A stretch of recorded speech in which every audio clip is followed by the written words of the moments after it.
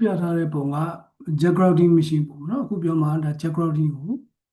ပြောကြတာပေါ့နော်အဲ့တော့ jet grouting machine ဒါဒီတွေ့ဘူးသမျှထဲမှာတော့ဟိုကြီးဆုံးလောက်ခဲ့ဘူးများလောက်ခဲ့ဘူးသမျှပေါ့နော်လောက်ခဲ့ဘူးသမျှမှာတော့ကြီးဆုံး jet grouting machine ပဲရွယ်စားတော့ဒီလိုရွယ်စားမျိုးရှိသလိုသူတက်သေးငယ်တွေရွယ်စားမျိုးလေးရှိတယ်ဒီလိုရွယ်စားမျိုးကတော့ဟိုမှာ open space လိုမျိုးခုလိုမျိုး land area ပေါ့နော်ဒီ land area ကျေကျေပြန့်ပြန့်နဲ့လှုပ်လို့ရတဲ့အနေအထားမျိုးမှာတော့ဒီလိုမရှိမျိုးတွေသုံးတာပေါ့သူကတော့ power လဲကြည့်တော့ဟိုလုပ်ငန်း point တွေ jagrod ဟိုဒါ jagrod point တွေအများကြီးမြင်ပြီးတာပေါ့နော် machine သေးရင်နည်းနည်းကြာတာပေါ့နော်ဂျင်းနဲ့ချက်တဲ့လောက်ရတဲ့ဟာမျိုးတွေဆိုလို့ရှိရင်တော့ machine သေးလေးသုံးကြတယ်ပေါ့နော်ကောင်ကတော့ဒီ slide ကတော့ဒါဒီကျွန်တော်တို့ဟိုဟာအတိုင်းအတာလေးတွေစိတ်ဝင်စားတဲ့လူတွေရှိလို့ရှိရင်အတိုင်းအတာလေးတွေလည်းရွယ်စားဘယ်လောက်ရှိတယ်ဆိုအတိုင်းအတာလေးလည်းကြည့်လို့ရအောင်အထည့်ပေးထားတာပေါ့နော်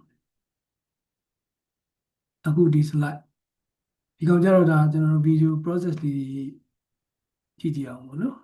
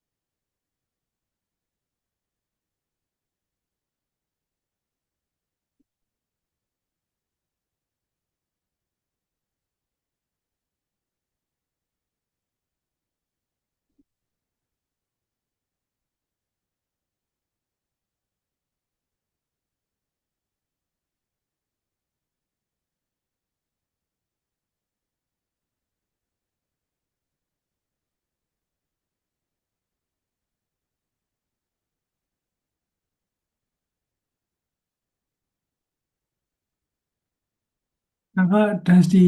test လုပ်တာပေါ့နော်ဒီတစ်ခါဖြောတိုင်းဒီ mixer ထဲမှာတစ်ကြိမ်ဖြောတိုင်းတစ်ကြိမ် density test ကိုလုပ်ရတယ်ပေါ့နော်ဒါတော့ material control ပေါ့နော် material control လုပ်တယ်ခေါ်တာပေါ့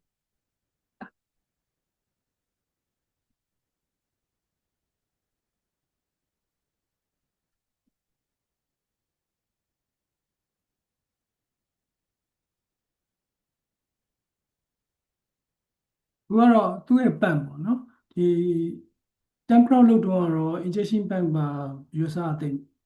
မကြည့်ဘူးပေါ့နော်ဒီအောင်ကြတော့ဒီ jet grouting တွေပါလုပ်မယ်ဆိုလို့ရှိရင် pump ရဲ့အရွယ်စားနည်းနည်းလေးဟိုလိုအပ်တယ်ပေါ့နော်အဲဒါဆို तू ကသူ့ရဲ့ pressure ကဘယ်လောက်ထိသွားသလဲဆိုတော့400 bar လောက်ထိကို तू က pressure သုံးလို့ရတယ်ပေါ့နော်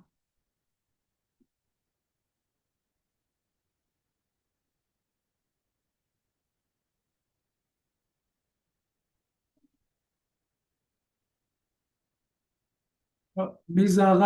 ဒီစီမန့်နော်စီမန့်ဆိုင်လို့ရှိမယ်ဝါတာဆိုင်လို့ရှိမယ်စီမန့်ဝါတာဒီဝါတာဆိုင်လို့နဲ့စီမန့်ဆိုင်လို့တွေကဒီရေရဲ့စီမန့်တွေကဒီမစ်ဆာတွေကိုရောက်လာမယ်ပေါ့နော်အဲ့တော့အဲ့မစ်ဆာတွေကနေပြီးတော့ပတ်နေပြန်တွန်းပို့လိုက်တာအဲ့တော့ဒီ Jaguar machine ကိုပြန်ပြီးတော့တွန်းပို့တာနော်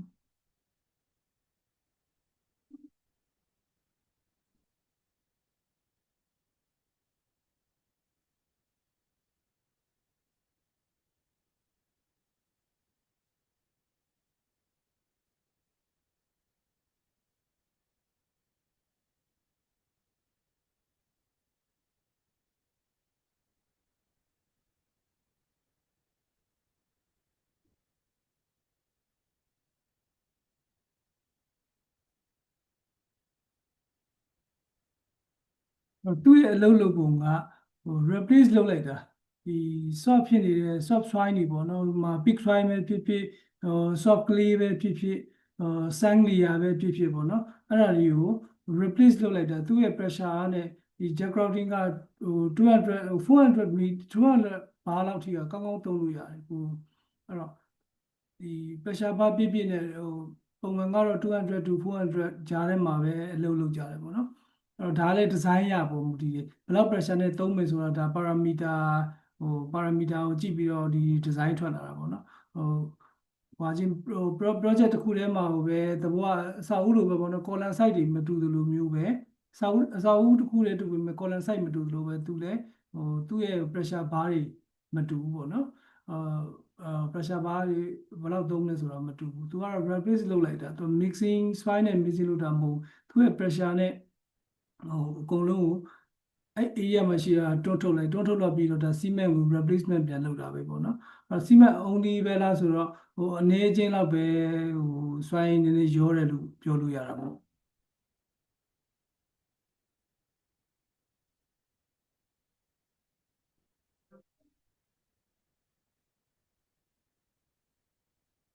monitoring control တွေကဘယ်လိုလုပ်လဲဆိုတော့ဒီ machine နေမှာပေါ့နော်ဒီdisplay ပြတဲ့ monitor တွေရှိတယ်အဲ့တော့မြေအောက်အနက်ဘယ်လောက်မီတာကိုဒီ auger head drilling bit ရဲ့ head ပေါ့နော်ဒီမြေတူးတဲ့ drilling bit လို့ခေါ်တာပေါ့ drilling bit ရဲ့ head ကမြေရောဘယ်နှမီတာရောက်သွားပြီဆိုတော့လေ monitor မှာပေါ်တယ်pressure clock pressure ဘယ်လောက်နဲ့ graph လုပ်နေတယ်ဆိုတာလေ pressure bar လည်းပေါ်တယ် pressure bar ရဲ့ပမာဏလည်းပေါ်တယ်ဘယ်နှလီတာမြေကြီးတဲ့ကိုဒီ cement နဲ့mix လုပ်ထားတဲ့ volume ပမာဏပေါ့နော်ဘယ်နှလီတာမြေကြီးတဲ့ကိုရောက်သွားပြီလဲဆိုတာလည်းပေါ်တယ်ပေါ့နော်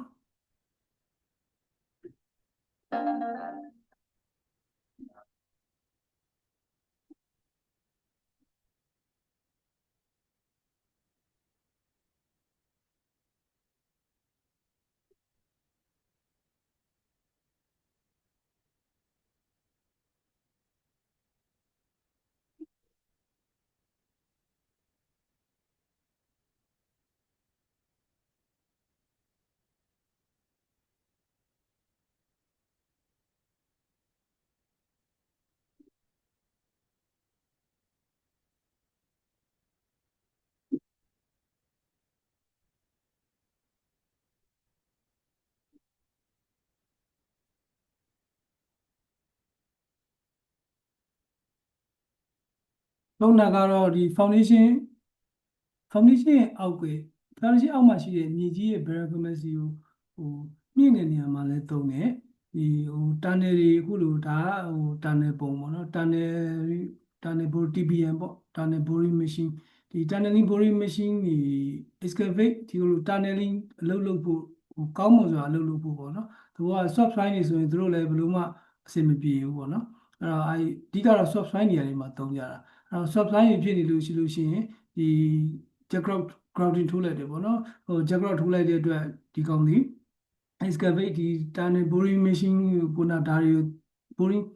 TPM ရှေ့မှာခြိစာတွေရှိတယ်လေမြေတူးတဲ့ခြိစာတွေကောင်းကောင်းအလုပ်လုပ်နိုင်တယ်ပေါ့နော်တွတ်တွတ်လဲလဲလဲအလုပ်လုပ်နိုင်တယ် target လိုချင်တဲ့ target တိုင်းလဲဝင်အောင်အလုပ်လုပ်နိုင်တယ်ပေါ့နော် foundation အနေနဲ့လည်းသုံးတယ်waterproofing poor water pressure ကိုဒီထားပါတော့ဟိုမှာ high rise building နေဆိုလို့ရှိရင်မြေအောက်ထဲမှာbasement 2ထပ်3ထပ်တို့5ထပ်6ထပ်လောက်ထိလည်းလောက်ကြတာပေါ့နော် high rise မြင့်တယ်လို့ရှိတယ်base ပေါ် base 9လောက်လောက်ထိလောက်ခဲ့တာမျိုးကြီးကြုံမှုတယ်ပေါ့နော်အဲ့တော့အဲ့ဒီ building ရဲ့ basement 9လောက်ရှိရင်ဒါ underground နဲ့တော်တော်9ရက်တိုက်ဝင်တဲ့သဘောမျိုးပဲအဲ့တော့သူတို့ရဲ့ဘေးဘက်က poor water pressure တွေခံနိုင်အောင်ဆိုပြီးတော့လေအဲ့အစာအုပ်ရဲ့ပတ်လည်မှာလည်းဒီ grouting တွေထိုးထားကြတယ်ပေါ့နော်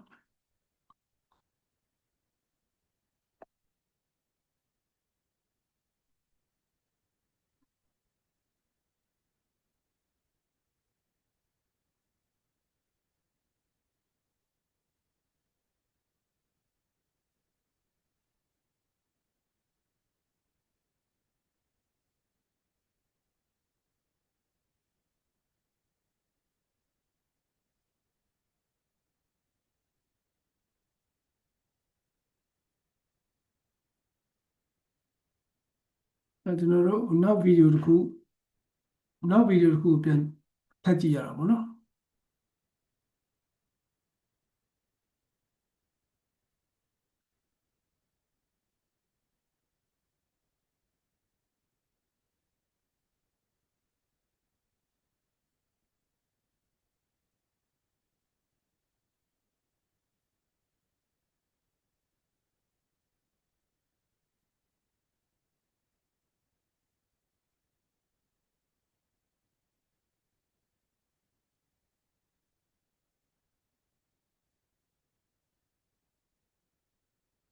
ဒါ underground structure ပေါ့နော်အဲ့တော့ဒါ underground structure အခုမြင်ရတဲ့ concrete wall ကြီးကဒါ diaphragm wall လို့ခေါ်တယ် D wall လို့ပဲ site ထဲမှာတော့ပြောကြတာပေါ့နော်စာနဲ့ပြောတော့ diaphragm wall ဒီဟိုမှာဘိုးပိုင်တဲ့ diaphragm wall အကြောင်းပြောမယ်ဆိုရင်ဘိုးပိုင်ဒီcircle shape ပေါ့နော်အလုံး diaphragm wall ဒီ rectangular shape ပေါ့နော်ဟိုဒါ retaining wall အနေနဲ့သုံးတာဘိုးပိုင်ဒီ foundation structure ဟို foundation ရဲ့ဒီ building ရဲ့ look ကိုလုံးမဲ့ structure diaphragm wall တွေကြတော့ဒီ deep excavation တွေမှာ retaining wall တွေအနေနဲ့သုံးပြတာများတယ် foundation အနေနဲ့ဟိုသုံးသလားဆိုရင်သုံးတာလည်းရှိတယ်ဒါများသောအားဖြင့်တော့ foundation အနေနဲ့တော့ဘိုးပိုင်မဲ့သုံးတယ် diaphragm wall တွေကိုနော်ဒီ retaining wall တွေနဲ့ underground base deep excavation တွေ work ဟို project တွေရဲ့ retaining wall တွေနဲ့သုံးကြတာပေါ့နော်ဒီမှာလည်း jack grouting tool တွေဆိုတော့ဘာကြောင့်လဲဆိုတော့ဟိုမှာဟို ground anchor သဘောမျိုးလဲ ground anchor ပေါ့ဒီ diaphragm wall ကြီးတွေလဲပြိုမလာအောင်သူ incline မဖြစ်အောင်ပေါ့နော် inclinometer နဲ့သူတို့မှလည်း monitoring system တွေရှိတယ် inclinometer နဲ့အမြဲတမ်းwatch လုပ်နေတာinclinometer ပြတဲ့ sign က diaphragm wall ကြီးတွေကခုနလိုရွေ့လာတယ်စောင်းလာတယ်ဆိုလို့ရှိရင်ဒါ ground anchor သုံးတာပေါ့ ground anchor ဆိုတာလဲဒီ ground trojan တစ်မျိုးပဲပေါ့နော်သူကတော့ anchor နဲ့ပါဟိုချိတ်ထားတာအဲ့ကနေတွေ့ထားတယ်ပေါ့နော်နောက်တစ်ခုကဘယ်လိုမျိုးတွေမှလည်းထပ်ပြီးတော့ဖြစ်လို့ဒီလို underground structure တွေမှာအလုပ်လုပ်နေနေ pool water pressure မြင့်တက်လာလို့ပေါ့နော်ရေမြေကြီးထဲမှာရှိတဲ့ရေရဲ့ဖိအားနော်ဖိအားက water pressure တွေရဲ့မြင့်လာလို့ဆိုလို့ရှိရင်ရေကတားစိမ့်တာမျိုးပေါ့နော်အဲ့လိုဟာမျိုးတွေမှာအခုလို jack grouting ထိုးမယ်ဆိုလို့ရှိရင်သူကတော်တော်လေးကိုအတန်အသင့်ဟို water leakage ဖြစ်တာပေါ့နော် water leakage ကြောင့်မို့ဒီခါကျ pumping ဖြစ်တာမျိုးတွေကဟိုရက်သွားတယ်ပေါ့နော်ရက်သွားပြီးတော့ leakage လောက်လေးပဲဖြစ်တယ်leakage လောက်လေးကတော့ဟို process မပြီးမချင်းကတော့ဒါခုနလိုဟို pump နဲ့ auto pump နေနဲ့ဟိုစုပ်ထုတ်နေရတာပေါ့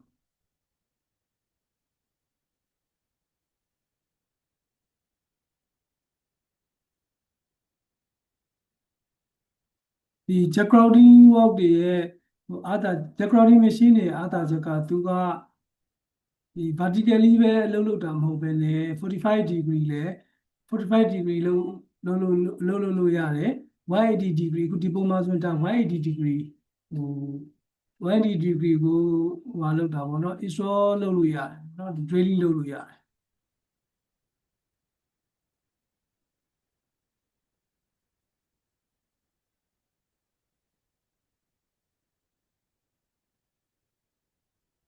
ဒါဒီ video file ကတော့အမှန်ကဟို ground anchor နော် ground anchor လုပ်တဲ့ဟို file ပဲဒီ drilling machine ကတော့ဒီ drilling ground anchor လုပ်လဲဒီ drilling machine နဲ့ပဲသုံးတာပဲ chap rock လုပ်လဲဒီ drilling machine နဲ့ပဲသုံးတာပဲprocess ကအတူတူပဲသူကလည်းဒါကတော့ ground anchor ကအထက်မှာဟို cement ကို pumping လုပ်လိုက်ပြီးတော့အဲ့ဒီစီမံပိုင်တွေတော့ horizontal စီမံပိုင်ဖြစ်သွားတာပေါ့အဲ horizontal စီမံပိုင်တွေကိုအန်ကာဟိုထည့်ခဲ့တာပေါ့နော်ဒီလိုအန်ကာမပေါဘူးဆိုရင်ဒါဒီဟို jack rock လောက်တာပဲ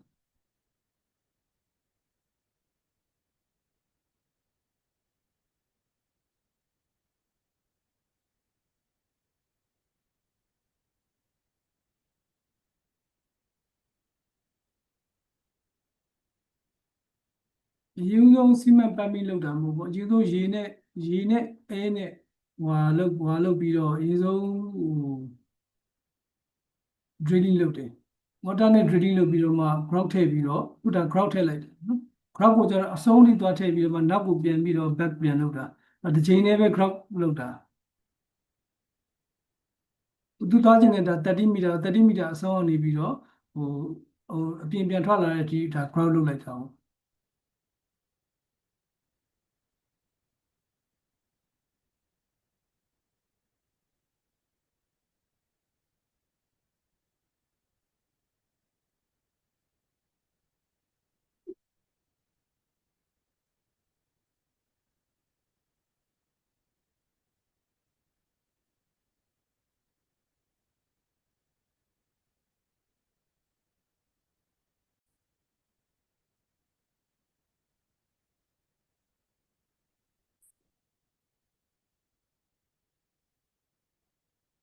ဟုတ်ဒီကကျတော့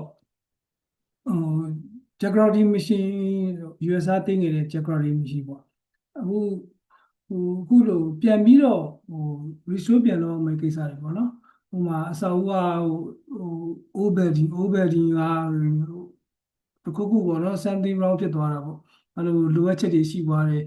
barrel capacity ပဲလိုအပ်ချက်liquefaction ကြောင့် barrel capacity လျော့သွားလို့ပြန်တိုးချင်တာပဲဖြစ်ဖြစ်waterproof water ဒီခုနရေထွက်လာမြေအောင်ထဲကရေထွက်လာတယ်ပေါ့နော်လွယ်လွယ်ကူပြောရင်အဲ့မျိုးတွေကိုပြန်ပြီးတော့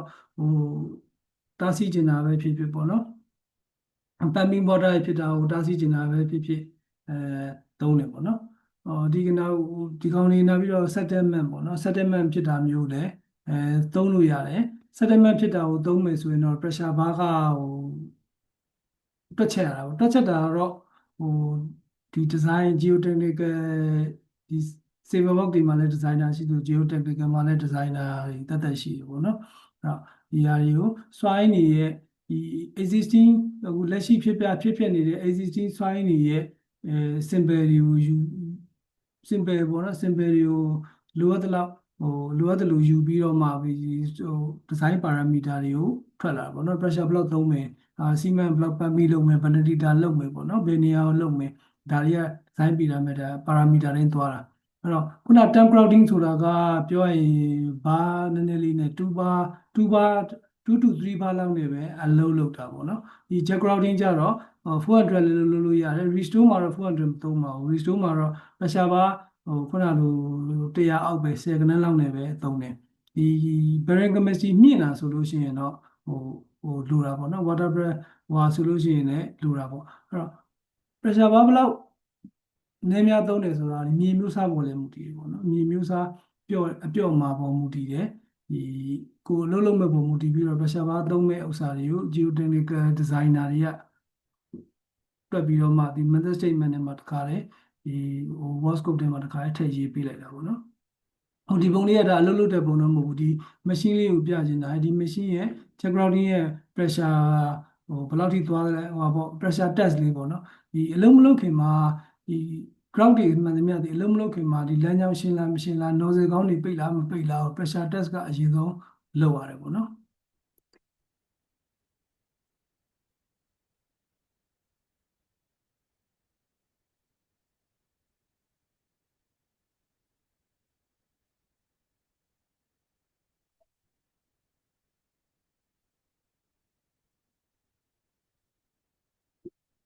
အခုလောက် pressure နဲ့ဆိုလို့ရှိ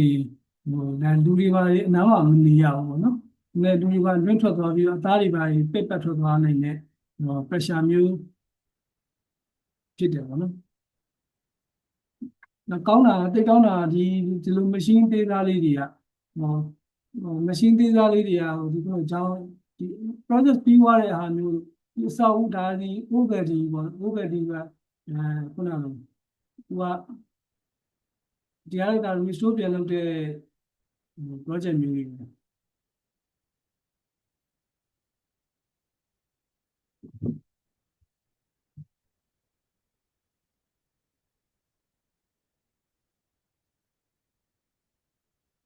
သူ့ရဲ့အရွယ်အစားကိုခံမှန်းမယ်ဆိုရင်ဘေးမှာဗာလေးရှိလဲဆိုတော့ပြန်ပြီးတော့ပြန်ကြည့်အောင်ပေါ့နော်သူ့ရဲ့အရွယ်အစားကိုခံမှန်းမယ်ဆိုရင်ဘေးမှာလောက်တာသေးလေးရှိတယ်တွေ့ရနော်လောက်တာဆိုတာမြေကြီးတွေတဲတွေကော်တဲ့လောက်တာလေးလေလောက်တာလေးဒါအသေးလေးလောက်တာအသေးလေးရှိတယ်ဒီအရွယ်အစားလောက်ပဲ ပြောရရင်ကျွန်တော်တို့ဟာကားနဲ့ဆိုလို့ရှိရင်တဒန်လိုက်ထရက်တဒန်လိုက်ထရက်မရှိလောက်အရွယ်စားလေးပဲ660cc ဟို hijack ကလေးလောက်ပဲရှိတာပေါ့နော်အဲ့တော့ဒီအစာအုပ်တွေပါမှာစာအုပ်တွေကြားထဲဟိုပြန်ပြီးတော့ဒီ ground level တွေကိုဝင်လို့ထွက်လို့ရတာပေါ့နော်ဒါသူ့ရဲ့အားသာချက်အသုံးများတာလည်းဒီလိုဟွာလေးတွေနဲ့အဲ့လိုမျိုး batting ဟောင်းတွေကိုလောက်ကြရတာပဲပေါ့ကျွန်တော်တို့ဗီဒီယိုဖိုင်တွေတော့ကြည့်ပြီးသွားပြီပေါ့နော်အဲ့တော့ဟို jack crowding ဆိုတော့လေဒီလောက်ဆိုရင်နည်းနည်းဟိုပါပေါ့တိမိခေါက်ပြီးတော့ရှိသွားပြီပေါ့ jack crowding အဓိကဘလို့ဟိုအလုပ်လုပ်တယ်ပေါ့နော်အဲ့တော့အခုမြင်နေရတာကအာ jackrock ပိုင်နေ plan view ပေါ့နော်ဒီ drawing ပေါ့စာအုပ်ရဲ့ဟိုစာအုပ်မှာ plan view ရှိသလိုမျိုးပဲဒါဒီ jackrouting process အတွက်ကိုသူ့ရဲ့ plan view ပေါ့ဒီ plan view ရှိမယ်သူလည်း session view ရှိမယ်ပေါ့နော်ဒီ drawing ကဘယ်က drawing လဲဆိုတော့underground သူက underground road construction ပေါ့နော်ဟိုလက်ရှိလေဒီ project ကမပြီးသေးဘူး2029ကျမှပြီးမှာပေါ့နော်ဒါ project အရှိကြီးတွေပြောရင်ဟို underground ပုံမှန်စင်ကူပထမဦးဆုံးဘတ်စကားပြေးမဲ့ကားလမ်းပေါ့နော်ဘတ်စကားပြေးမဲ့ကားလမ်းနောက်ဆော့ကော်တာ project လို့ခေါ်တယ်စင်ကူမြောက်ဘက်ကနေတောင်ဘက်ကိုဟိုအပေါ်မှာလည်းကားလမ်းရှိမယ်အောက်မှာကားလမ်းနောက်ထပ်ထည့်ထားတာအဲကားလမ်းအခုလက်ရှိလည်း underground road construction ရှိပေမဲ့ line ကားဟို bus တွေမပြေဘူးပေါ့နော်ဒီကောင် bus ပြေးမဲ့ bus ပါပြေးမဲ့ line project လုပ်တာပေါ့နော်အဲ့တော့ဒါကဘာအတွက်လုပ်တာလဲဟိုတို့တွေဟို session တစ်ချက်ကြည့်ကြရအောင်နော်အဲ့တော့ဒီ session မှာခုန plan မှာအယောင်3အောင်မြင်ခဲ့တယ်ပေါ့နော်အစိမ်းရယ်ဒီပန်းရောင်လေးရယ်ပေါ့နော်ပန်းရောင်လေးရယ်ပြာလေးရယ်အဲ့တော့ session မှာဟို plan မှာကြည့်တော့ဟိုအဝိုင်းဝိုင်းနေပဲတွေ့တယ်ဘာမှမသိဘူးဟော session ကြည့်လိုက်တော့မှ level တွေပါလာပြီနော် ground level ရှိမယ်နော် basement ဟို ground level ရှိမယ် toe level ရှိမယ်ပေါ့နော်ဒါကဟိုတခြားကြည့်မယ်ဆိုရင်သဘောပေါက်လာမှာပါအဲ့တော့အဲ့ဒီမှာဒါကားလမ်းပေါ့နော်အဲ့ဒီပန်းရောင်နှစ်ခုရဲ့အောက်မှာဒါကားလမ်းပေါ့သဘောကားလမ်းရဲ့တိုးနဲ့ကားလမ်းရဲ့ top ပေါ့နော်ပြောပန်းရောင်တစ်ခုကြားထဲကကားလမ်းရဲ့ဒီ height လို့ပြောရမှာပေါ့နော် height လို့ပြောရမယ်သူ့နှစ်ခုကြားထဲရောက်လေဒါ width လို့ပြောရမယ်အဲ့တော့ညာဘက်ကအပြာရောင်ညာဘက်ကအပြာရောင်ဒီဘေးဘက်ကိုကာတာပေါ့နော်ဘေးတစ်ဖက်ကိုကာတယ်တစ်ဖက်ကိုပါပဲမကာပဲတစ်ဖက်ကိုကာရဲဆိုတာလဲဒါသူလူတစ်ဖက်ကကာကြမလိုတဲ့သဘောမျိုးပေါ့တစ်ဖက်ကပိုးဝါတာဒီ water ရဲ့အဲ့ဒါကြတော့ဘာကိုကြည့်လဲဆိုတော့ဥမာ genesis မှာ dip direction လို့ဘာလို့ရှိတာပေါ့နော် dip direction နဲ့ dip mount လို့ကြောက်လွာလေးရဲ့အနေထားရဒီဘက်ကရေ water pressure တွေပါတိတ်မရှိနိုင်ဘူးပါဘူးဆိုလို့ရှိရင်မလိုအပ်လို့မလုပ်တာလဲဖြစ်မှာပေါ့နော်ဒီဘက်မှာဘေးအပြာရောင်ဒီဒီဇိုင်းတစ်ခုသွားမယ်ဒီဇိုင်းဆိုတာက pressure မတူတာတို့ဒီ ground volume မတူတာတို့ပြောတာပေါ့နော်အဲ့တော့အစိမ်းရောင်အောက်ဆုံးမှာအစိမ်းရောင်သွားပြီးတော့မှပန်းရောင်လေးသွားတယ်ဂျားထဲမှာကတော့ဟို excavate လုပ်မဲ့နေရာကို ground မထိုးတော့ဘူးပေါ့နော်ဒီမှာမထိုးဘူးပေါ့နော်ထိုးတဲ့နေရာလည်းထိုးတာပေါ့နော် soft soil ရမ်းဖြစ်လို့ရှိရင် excavate လုပ်မဲ့နေရာကိုလည်း ground ထိုးတယ်ပေါ့နော်ဒီမှာတော့ဒီနေရာကိုဒီခလေကိုလွတ်ထားပြီးအပေါ်ပိုင်းကိုပဲ ground ထိုးတယ်အဲ့မှာကားလမ်းဖြစ်တဲ့အတွက်ကျွန်တော်တို့လမ်းတွေမှာ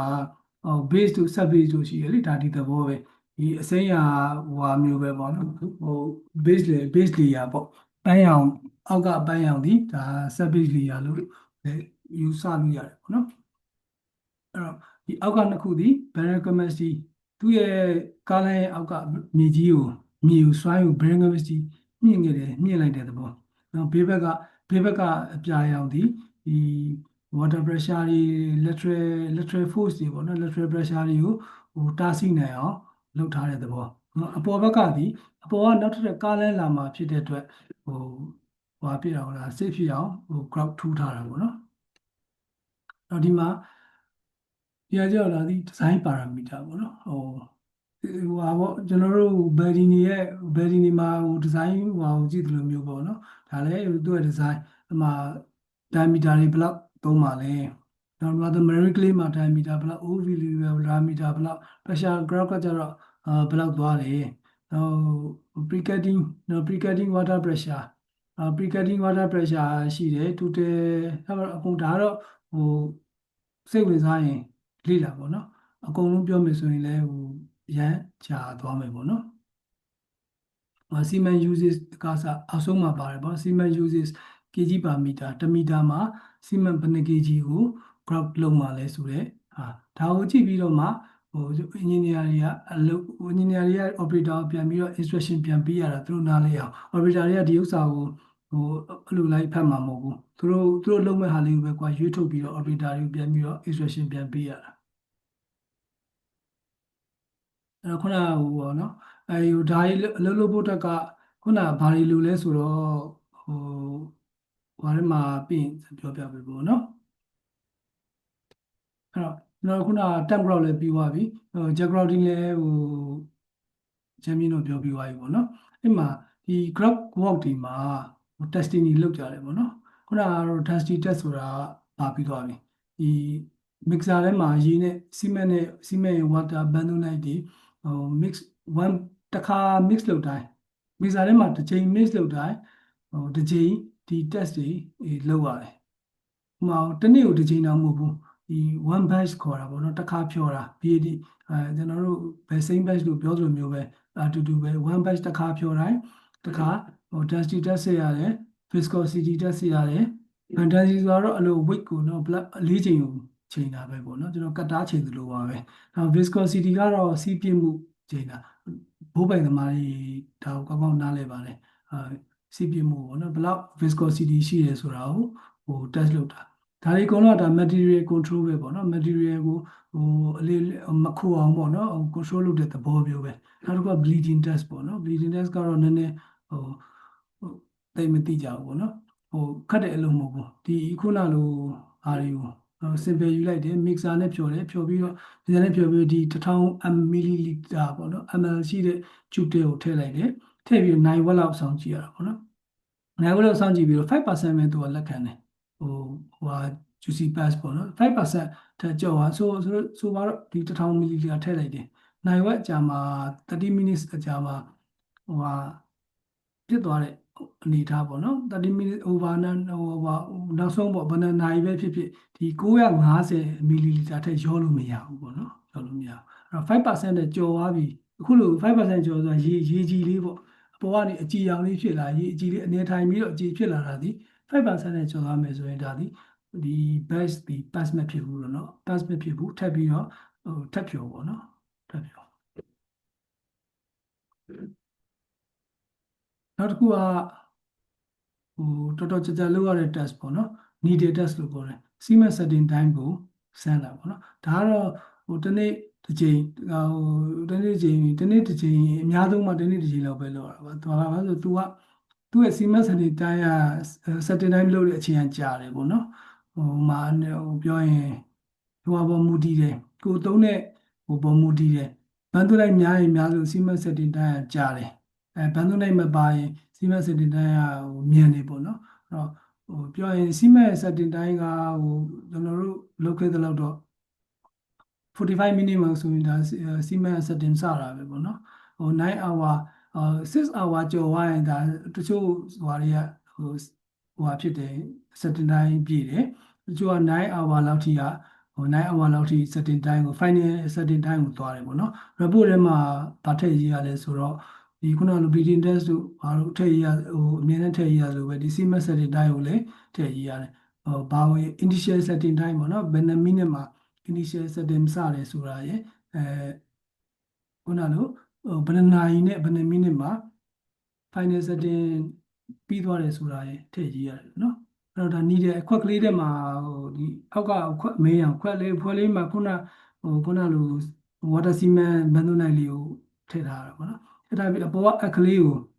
ပေါ်ကအက်ကလေးတက်ထားတာအဲ steel rock လေးအောက်မှာအက်ကလေးပါတယ် needle လေးပါတယ်အဲ needle လေးတက်ထားပြီးတော့ဟိုဘေးကတော့ thermometer ပါဟိုဘာမှမဟုတ်အခန်းအပူချိန်ရှိရမယ်ဆိုတဲ့သဘောမျိုးကြောင့်ဟိုလောက်ထားတာဒါခုနလိုရုံးခန်းထဲမှာမလို့ဒါတက်ထားတာအဲ့တော့ဟိုအဲ့တက်ထားပြီးဘေးမှာဟိုလှည့်တဲ့ click လေးရှိအဲ့ click လေးကိုဟိုဖြုတ်ချလိုက်လို့ရှိရင်သူကအက်ကလေးက swag နဲ့အောက်ကိုသွားပြီးတော့ ရောက်သွားတယ်ပေါ့နော်စိုက်သွားတယ်ပေါ့သူ့ရဲ့အလေးချိန်အဓိကသူ့ရဲ့ standard ကဒီ steel rock တန်လေးရဲ့အလေးချိန်ဒီအလေးချိန်ကိုယူတာအဲ့အလေးချိန်တိုင်းခုနလိုအဲ့နဲ့ထိုးစိုက်တာမျိုးပေါ့နော်သူ initial setting နဲ့ဘယ်လိုအချိန်မျိုးမှာစလဲဆိုတော့သူကခဲသွားပြီးတော့အထဲကို drag နဲ့မြုပ်သွားတာဆို setting တိုင်းမဖြစ်သေးဘူးအပေါက်ရာလေးနည်းနည်းဖြစ်သွားပြီဆိုလို့ရှိရင်ဒါဒီဟို initial setting ပဲပေါ့နော်အဲ့ကလေးကဟိုအောက်ထိမရဘူးနည်းနည်းလေးတော့စီမံနေကိုစိုက်သွားတယ်ပေါ့နော်အဲ့ဒါဆိုရင် initial setting ပဲနည်းနည်းလေးပဲစိုက်သွားတာပြောတာအဲ့တော့ final setting ဆိုတာအက်ကလုံးဝအဲ့စီမံမျက်နှာပြင်သားကိုမဖောက်နိုင်တော့ဘူးပေါ့နော်လုံးဝမဖောက်နိုင်တော့အဲ့ဒါဒီ final setting ပြောတယ်ပေါ့နော်အဲ့တော့ဒီ crowding work ဒီမှာအများကြီးလုပ်ရတယ် test တွေ density test ရှိမယ် viscosity test ရှိမယ် bleeding test ရှိမယ်တစ်ခါပြောတိုင်း measure ထဲမှာတစ်ခါပြောတိုင်းဒီချိန်လုပ်ရတယ်နောက် cement setting time က extraction time လုပ်ရတာပေါ့သူကတော့ဟိုမှာ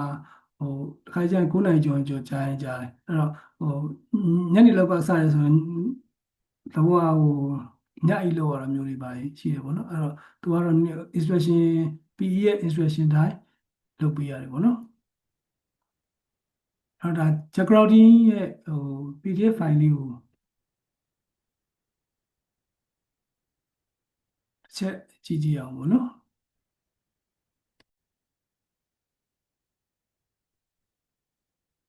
သူ Jacquardine technology နဲ့နည်းပညာပေါ့နော် Jacquardine ကဘယ်လိုလုပ်တယ်ဘယ်လို drilling bit သုံးတယ်ဘယ်လို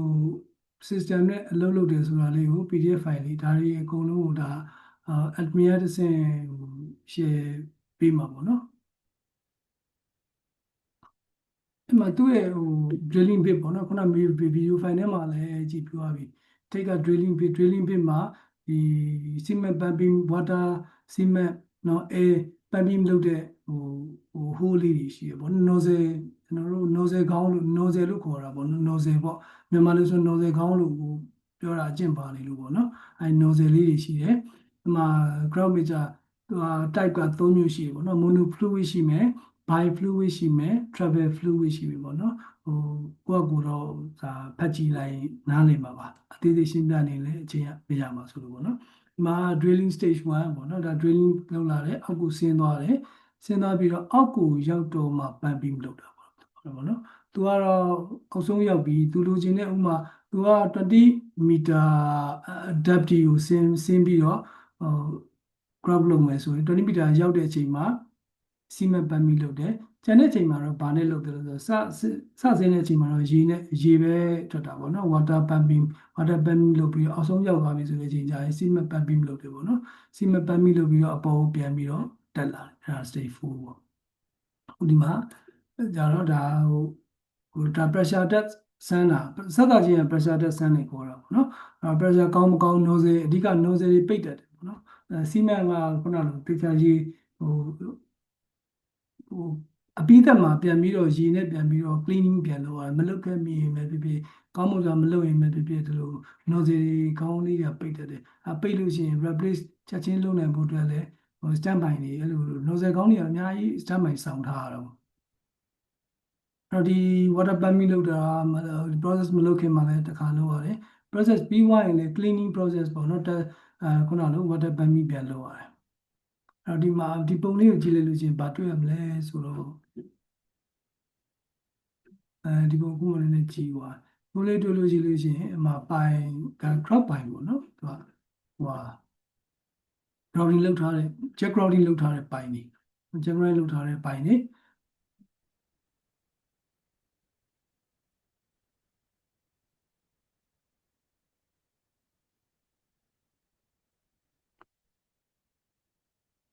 အခုဒါဒီပုံရဆိုလို့ရှိရင်ဒါ data အခုဒါဒီပုံရဆိုလို့ရှိရင်ဒါဒီဒါ foundation အတွက်လောက်တာပေါ့နော်ကျွန်တော်ဘိုးပိုင်ကြီးလောက်ဆိုလိုမျိုးပဲပေါ့ပိုင် head တွေကိုခြံထားပြီးတော့ပိုင်းတွေခြံထားပြီးတော့ excavate လုပ်ထားပြီးတော့ဒါဒီပိုင် hacking လုပ်မဲ့ပုံစံပဲပေါ့နော်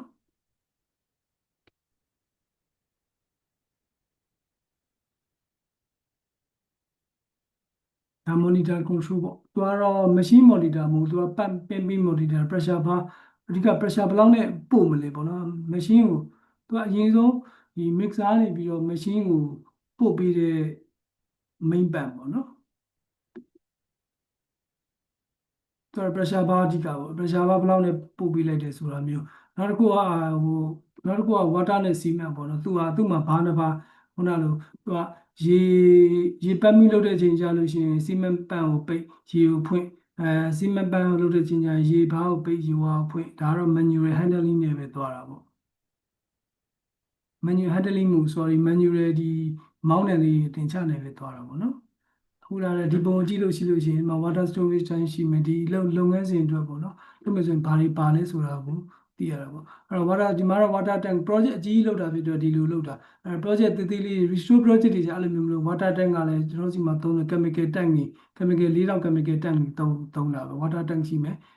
cement ကလည်းခုန tank grouting လုပ်သလိုမျိုးပဲအဲ့နဲ့ပဲသုံးလိုက်တာပဲဒီ restore project ကြတော့အခုဒီမှာ water tank ဒီလိုပြထားတဲ့ဟာကြတော့ဒီ project ကြီးတစ်ခုလုံးဟို process ကအများများတဲ့အတွက်အခုလိုအများကြီး site လိုတွေပဲအစားထိုင်လိုက်တာမျိုးပေါ့နော် restore လောက်ဆိုလို့ရှိရင်တော့ restore လုပ်တဲ့ process တွေကတော့အဲ့လောက်ကြီးမလိုဘူးဒါပြီးရင်တော့ဘာလုပ်ရလဲဆိုတော့coring လုပ်ရတာပေါ့နော် coring လုပ်တယ်လို့ခေါ်တယ်ကိုလုပ်ခဲ့တဲ့များသောအားဖြင့်တော့PE instruction ပေါ့နော်လုပ်ခဲ့ဘူးတာတွေပြောမယ်ဆိုရင်တော့30 days after ဆိုလို့ရှိရင် coring ပြန်လုပ်ရတယ်လုပ်ခဲ့တဲ့အားတွေပြန်ပြီးတော့ coring လုပ်တယ်ဆိုတော့တူးလိုက်တာဒီကြောက်ကိုတူးတာကြောက်တူးတာကို coring လို့ခေါ်တယ်မြေတူးတာကို boring လို့ခေါ်တယ်ပေါ့အဲဒါကြောင့်ဘိုးပိုင်လို့ခေါ်တာမြေတူးတာကို boring လို့ခေါ်ပြီးတော့ကြောက်တူးတာကို coring လို့ခေါ်တယ်အဲကြောင့်ပြန်ပြီးတော့ပြန်ထုတ်ရတယ်ပေါ့နော်ထုတ်ပြီးတော့ဒါလက်ပို့ပြီးတော့တက်ဆန်းတာပေါ့ MB အဓိကတော့grade ပေါ့ MB ဘယ်လောက်ရှိသလဲဆိုတာကို test လုပ်တာ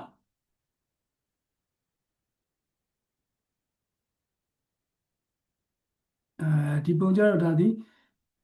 ယထာလန်ပေါ့နော်ယထာလန်ရဲ့အောက်ကယထာလန်ပြီးမှလုပ်တယ်ဆိုတာဖြစ်တဲ့အတွက်ဒါဒီဒီ settlement ဖြစ်သွားတော့ပြန်ပြီးတော့ restore ပြန်လုပ်တာပဲပေါ့နော်အဲ့တော့သူအားသာချက်ကဘာလဲဆိုတော့အဲ့မှာ45 degree သုံးလို့ရတယ်ဟိုမှာ90 degree မှမဟုတ်ဘူးပေါ့နော်အဲ့တော့ဒါ geography နဲ့ပတ်သက်တာဟို file လေးပေါ့နော်ကိုယ့်အကိုဟိုဖတ်ကြည့်ကြဘူးပေါ့နော် share ပေးပါမယ်နောက်တစ်ပိုင်းကိုသွားဖို့အတွက်ခဏလောက်ရလိုက်မယ်နော်